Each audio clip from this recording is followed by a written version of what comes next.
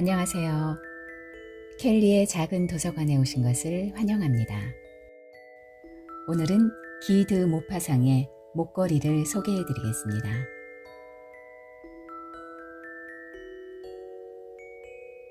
아름답고 매력적인 마틸드가 가난한 사무원의 딸로 태어난 것은 운명이라고 밖에 말할 수 없었다.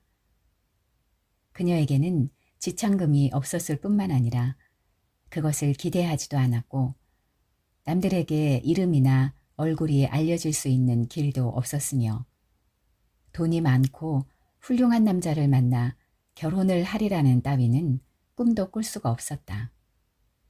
그녀는 결국 문부성에 근무하는 하급 관리와 결혼을 하게 되었다.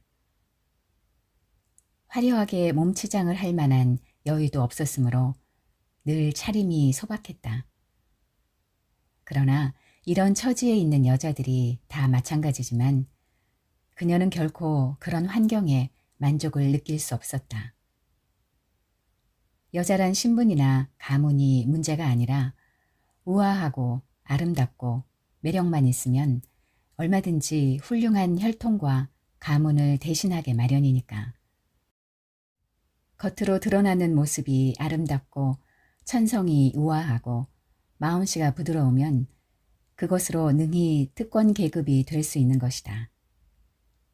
따라서 평민의 딸이라 할지라도 얼마든지 귀족의 딸들과 어깨를 겨룰 수 있는 것이다. 그녀는 자기야말로 이 세상에서 온갖 쾌락과 사치를 즐기기 위해 태어난 사람이라고 생각하고 있었으므로 언제나 마음이 언짢았다. 집이 초라하고 벽이 남루하여 낡은 의자와 때 묻은 가구를 볼 때마다 그녀는 마음이 괴로웠다. 이러한 것들을 같은 처지에 있는 다른 여자들 같으면 별로 의식하지 않았을 터이지만 그녀만은 마음이 아프고 화가 났다. 그리하여 식모 노릇을 하고 있는 브루타뉴 태생의 계집애를 보고만 있어도 서글픈 생각과 미칠 듯한 몽상이 머릿속에 떠올랐다. 그녀는 동양식 장식이 걸리고 높은 청동 촛대에 촛불이 휘황하며 짧은 바지를 걸친 두 하인이 활활 타오르는 난로에 후끈한 열기에 졸음이 와서 긴 의자에 기대어 자고 있는 비단으로 장식한 넓은 살롱을 생각해 보았다. 값지고 진귀한 보석들이 달려있는 아름다운 가구하며 문 여성들의 선망을 받고 있는 사교계에 인기 있는 남성들과 친한 친구들이 모여 저녁 한때의 이야기를 즐기도록 마련한 향취 높고 아담한 방을 상상해 보는 것이었다. 저녁 식사 때 벌써 사흘째나 빨지 않은 테이블보를 깔아놓은 둥근 식탁에 앉아 마주 앉은 남편이 스프 뚜껑을 열고 훌륭한 스프로군. 나에겐 난생 처음인걸. 하고 기뻐하는 소리를 듣자 그녀는 다시금 호화로운 만찬의 광경을 머릿속에 그려보았다. 번쩍이는 은그릇들, 숲속에 나오는 기이한 새들과 고대의 인물들을 그려놓은 벽화, 눈부신 그릇에 담긴 산의 진미, 붉은 빛깔의 생선이나 들꽁의 고기를 뜯으면서 스핑크스와 같은 미소를 띠고 정담을 나누는 남녀들의 모습이 그녀의 눈앞에 아른거렸다. 그녀에게는 이렇다 할 옷도 보석도 없었다. 그런데 그녀가 가장 사랑한 것은 옷과 보석이었다. 자기는 그런 것들을 위해 세상에 태어난 사람이라고 생각하고 있었다. 그토록 그녀는 인생을 즐기고 싶었다. 모든 남성들의 인기를 독차지하고 사랑을 받고 싶었다. 그녀에게는 부유한 친구가 한 사람 있었다. 수도원 학교 시절의 동창이었다. 그녀는 그 친구를 찾아가고 싶지가 않았다. 그녀는 그 친구를 만나는 것이 몹시 마음 아픈 일이었다. 그 친구를 만나고 집에 돌아오면 그녀는 의례 며칠 동안 슬픔과 후회와 절망과 비관으로 종일 울곤 하였다.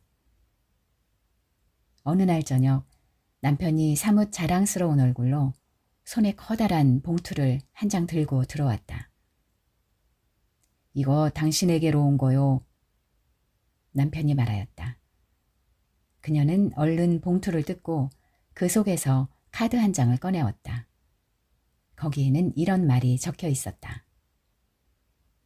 문부성 장관 조르주 랑포노 부처는 1월 18일 월요일 저녁에 장관 관저에서 야회를 개최하오니 루아젤 부처께서는 참석해 주시기를 바랍니다. 남편은 자기 아내가 기뻐서 어쩔 줄 몰라 할 거라고 생각했으나 아내는 조금도 기뻐하지 않을 뿐더러 그 초청장을 심술궂게 테이블 위에 내던지며 중얼거렸다. 이걸 날더러 어떻게 하라는 거예요?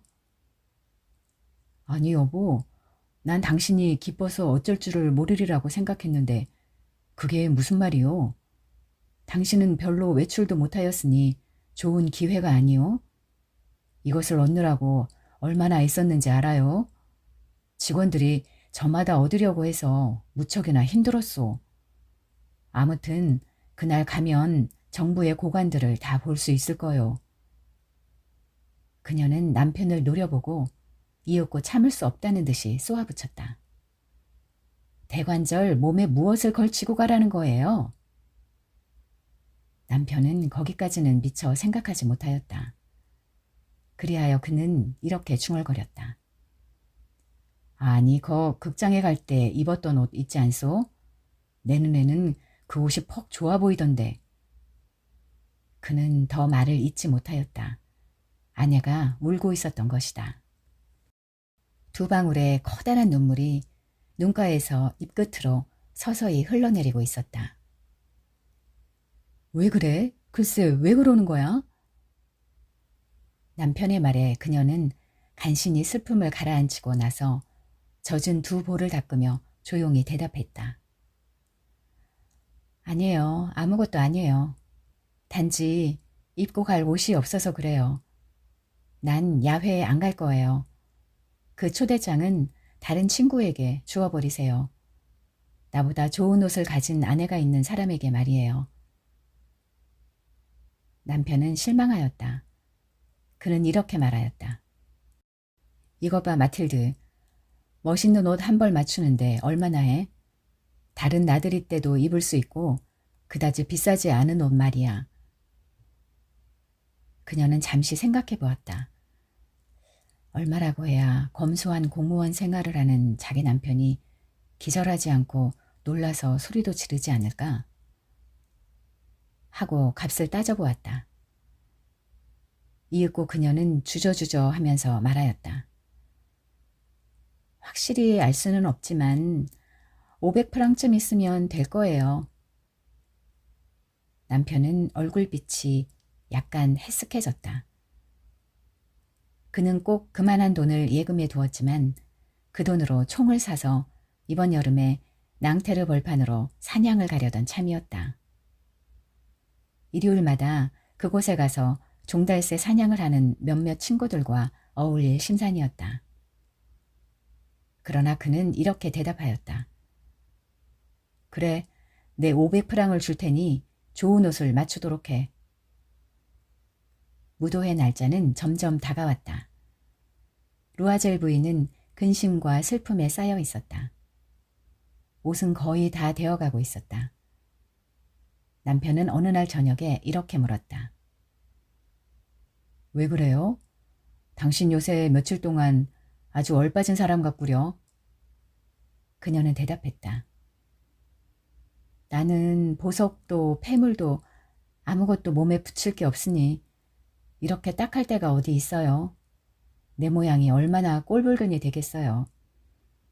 차라리 그 야회에는 나가지 않는 것이 좋겠어요. 그러자 남편이 말하였다. 꽃을 달고 가구려. 요즘은 그것이 아주 멋있어 보이더군. 10프랑만 주면 아름다운 장미꽃 두세 송이는 살 수 있을 거야. 그녀는 고개를 옆으로 저었다.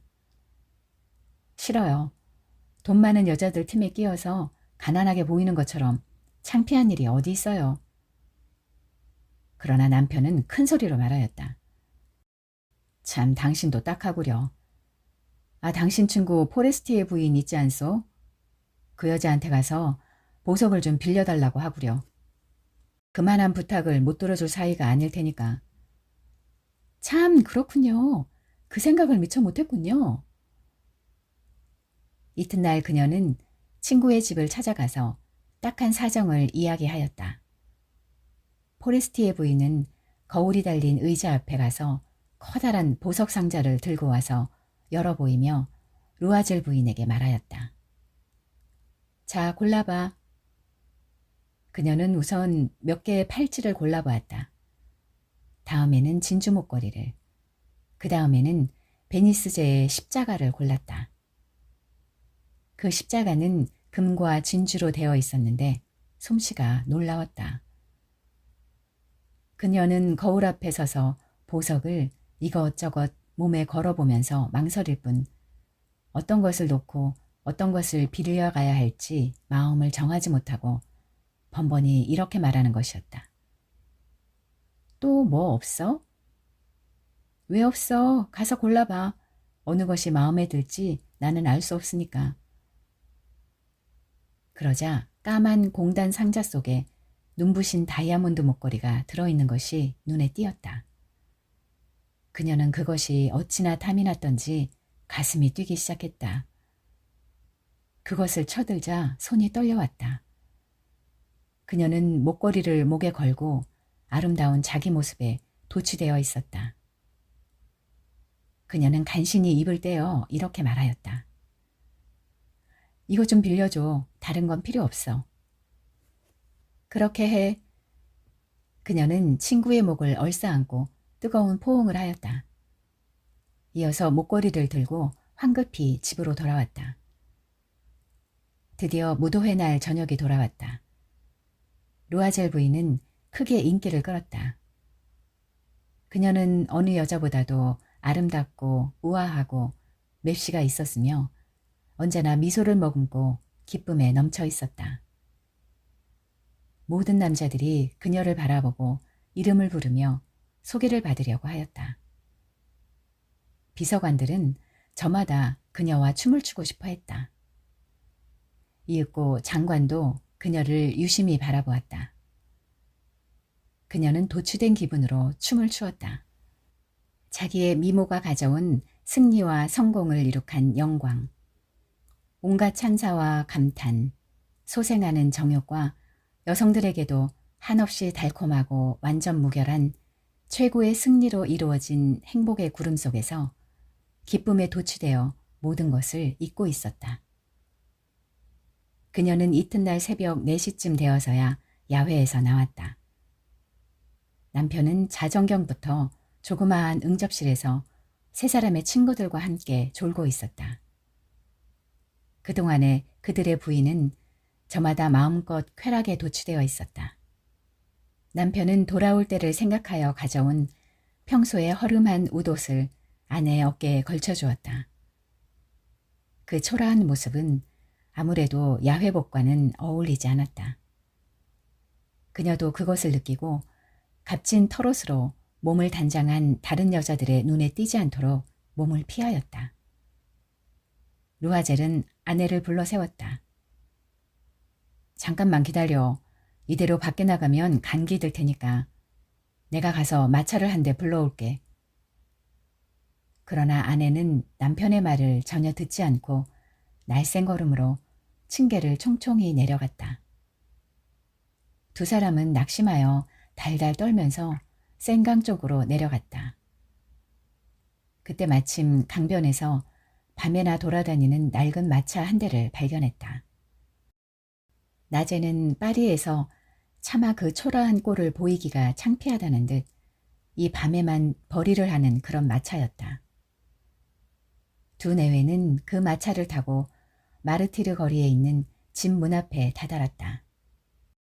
그들은 쓸쓸한 마음으로 발을 옮겨 층계를 올라갔다. 그녀에게는 모든 것이 끝나버린 것이다. 그리고 남편은 아침 10시까지는 문보성에 출근해야 한다는 생각을 하고 있었다.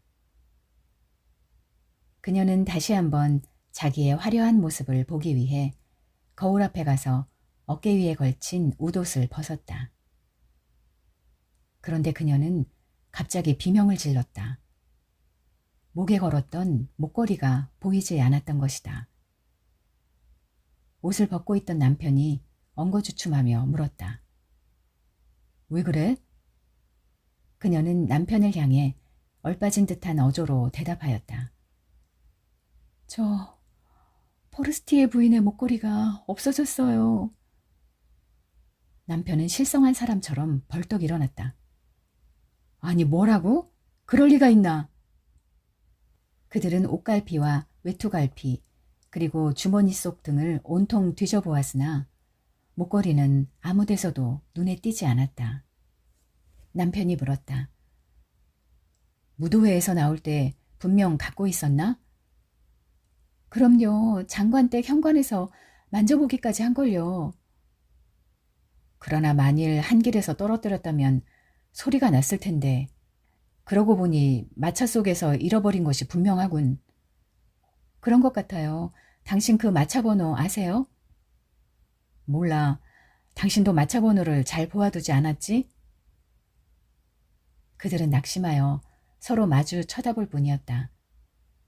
이윽고 루아젤은 옷을 다시 입기 시작하였다. 혹시 찾을지 모르니 돌아온 길을 다시 가봐야지.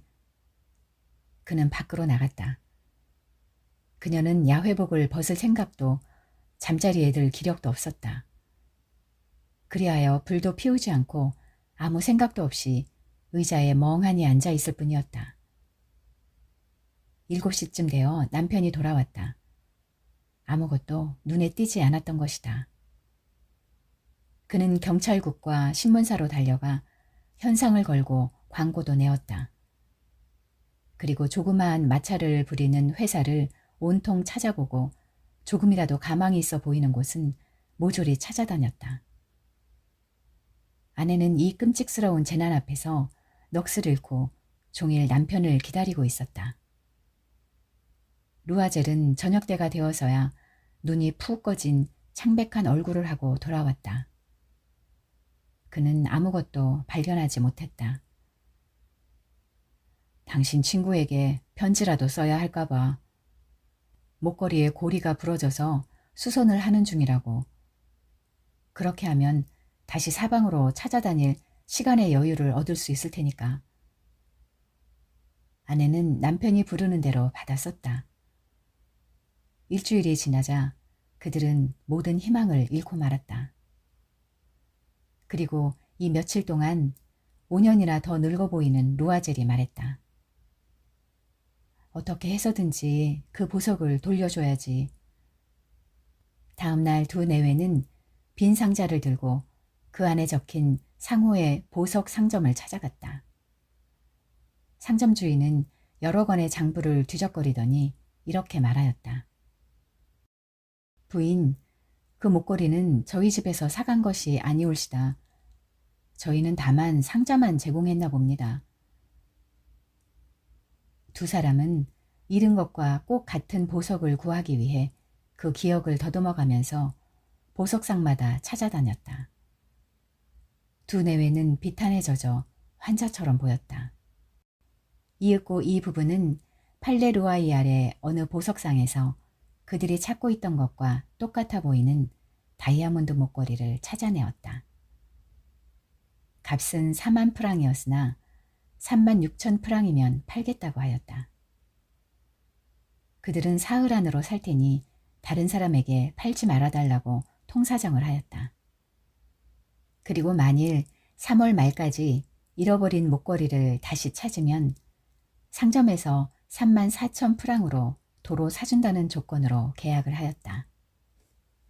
루아젤에게는 아버지에게서 물려받은 1만 8천 프랑의 재산이 있었다. 나머지 돈은 빚을 얻을 수밖에 없었다. 그는 이 사람에게서 1,000프랑, 저 사람에게서 500프랑, 여기서 5루이, 저기서 3루이 하여 닥치는 대로 돈을 꾸었다.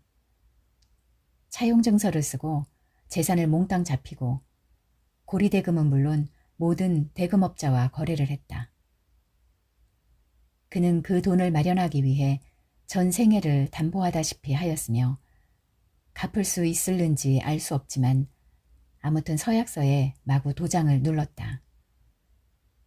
그는 앞으로 닥칠 불행에 대한 걱정, 머지않아 찾아올 비참하기 짝이 없는 어두운 그림자, 앞으로 겪어야 할 모든 물질적인 궁핍과 정신적인 고통에 대한 두려움으로 온몸을 떨며 새 목걸이를 사기 위해 보석상에 가서 계산대 위에 36,000프랑을 내놓았다. 루아젤 부인은 그 목걸이를 사들고 곧 포레스티의 부인을 찾아갔다. 부인은 퉁명스러운 어조로 이렇게 말하였다.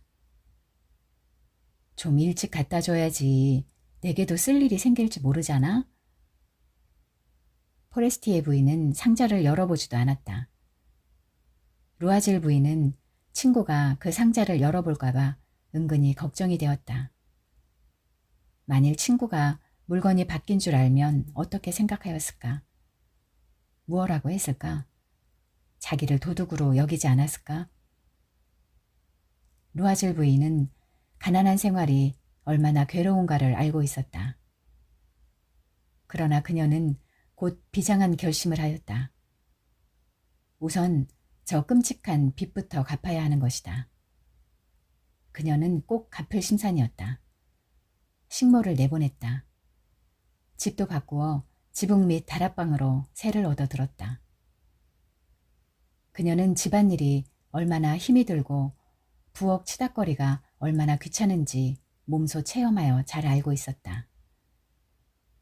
그녀는 기름기가 묻은 그릇과 냄비 속을 닦느라고 분홍빛 손톱이 다 닳았다. 더러운 옷이나 내복, 걸레 등 속을 빨아서 줄에 널었다. 아침마다 쓰레기를 담아들고 거리까지 나갔다. 층계에서 숨을 돌리며 물을 길어 올렸다. 하류계급의 아낙네들과 다름없는 차림을 하고 바구니를 팔에 끼고 야채 가게와 식료품 상점과 고깃간을 드나들며 값을 깎다가 욕을 먹기도 하면서 돈 한 푼을 아꼈다. 두 내외는 달마다 지불할 것은 꼬박꼬박 이행하고 경우에 따라서는 차용증서를 고쳐 쓰고 연기하였다. 남편은 저녁마다 어느 상인의 장부를 정리하는 부업을 맡았다. 그리고 때로는 한 페이지에 오수우의 보수를 받고 사본을 만들어주기도 하였다. 이러한 생활이 10년 동안이나 계속되었다. 10년이 지나서야 모든 빚을 정리할 수 있었다. 고리대금의 이자와 묵은 이자의 이자까지 다 갚게 되었다. 루아젤 부인은 무척 늙어 보였다. 그녀는 억세고 완강하고 거칠고 가난한 살림꾼 아낙네가 되어버렸던 것이다. 머리는 빗질을 하지 않아 텁스로 가고 치마는 구겨지고 빨개진 손으로 마룻바닥을 훔치고 커다란 목소리로 떠들어대었다. 그러나 가끔 남편이 출근하고 나면 창가에 걸터 앉아서 지난날의 야회, 그토록 아름다워 총애를 받던 야회를 회상해 보았다. 그 목걸이만 잃어버리지 않았던들 어떻게 되었을까? 누가 알 수 있으랴?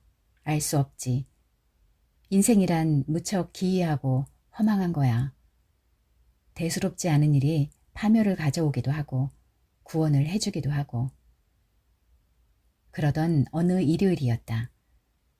그녀는 한 주일 동안의 피로를 풀려고 샹젤리제 거리로 산책을 갔다가 우연히 어린아이를 데리고 산책을 하는 포레스티의 부인을 만났다.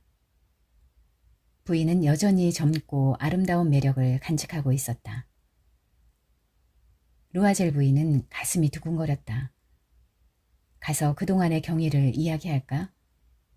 그렇지. 이미 빚을 다 갚았겠다. 이야기 못할 게 뭐람? 그녀는 가까이 다가갔다. 잔느 아냐? 이게 얼마만이야? 포레스티의 부인은 그녀를 미처 알아보지 못하였다. 이런 비천한 여자가 자기를 그토록 정답게 부르는 것이 적이 놀라웠다. 누구야? 나는 잘 모르겠는데 사람을 잘못 보지 않았어요? 어머, 나 마틸드 루아젤이야. 친구는 크게 외쳤다. 뭐, 마틸드? 아, 가엾어라. 그런데 왜 이렇게 변했어? 그동안 고생 많이 했어. 우리가 마지막 헤어진 후로 고생살이가 이만저만이 아니었어. 그것도 다 너 때문이지 뭐야.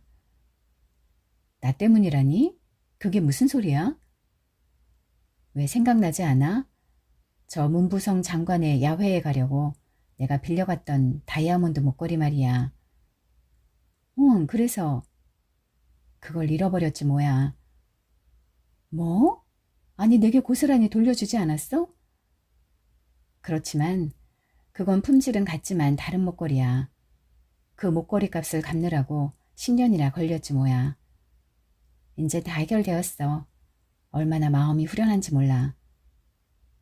포레스티 부인은 발길을 멈추고 서 있었다. 그래? 내 것 대신에 다른 다이아몬드 목걸이를 사왔단 말이야? 그럼 여태껏 그걸 몰랐구나. 하긴 똑같은 것이니까.